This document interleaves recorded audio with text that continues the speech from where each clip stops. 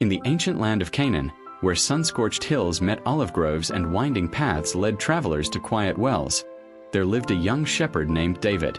He was the youngest of 8 brothers, overlooked by many, yet cherished by God. With a slingshot hanging by his side and a harp cradled in his arms, David tended sheep with both courage and kindness, singing psalms under the stars and protecting his flock from wild beasts with remarkable bravery.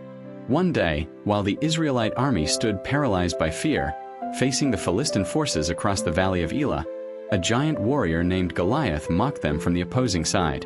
Towering above all, armored in bronze and armed with a massive spear, Goliath challenged the Israelites to send a man to fight him. Day after day, his voice echoed like thunder across the valley, yet no one dared to step forward. When David came to deliver food to his brothers in the camp, he heard the taunts of Goliath and saw the fear in the eyes of his people. But unlike the others, David's heart did not waver. He stepped forward, not with arrogance, but with faith, saying, "The Lord who delivered me from the paw of the lion and the bear will deliver me from the hand of this Philistine."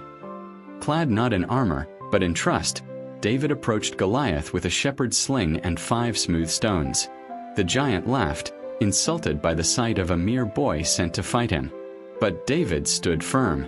He reached into his pouch, placed a stone in his sling, and with a single well-guided strike, brought the giant crashing to the earth. Silence fell. Then, as if the heavens themselves rejoiced, the army of Israel surged forward in victory. David's name began to spread like wildfire, not for his might, but for his unwavering faith.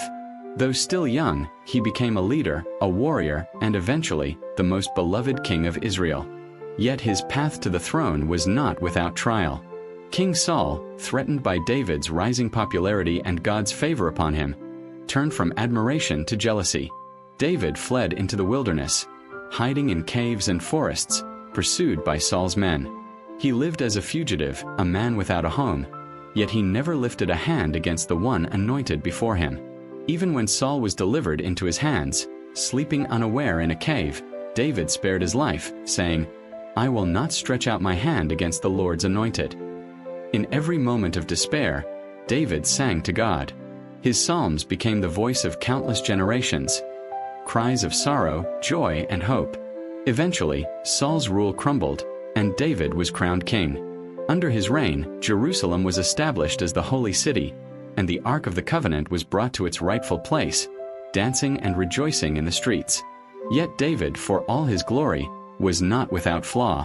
In a moment of weakness, he saw Bathsheba, the wife of a soldier, and desired her.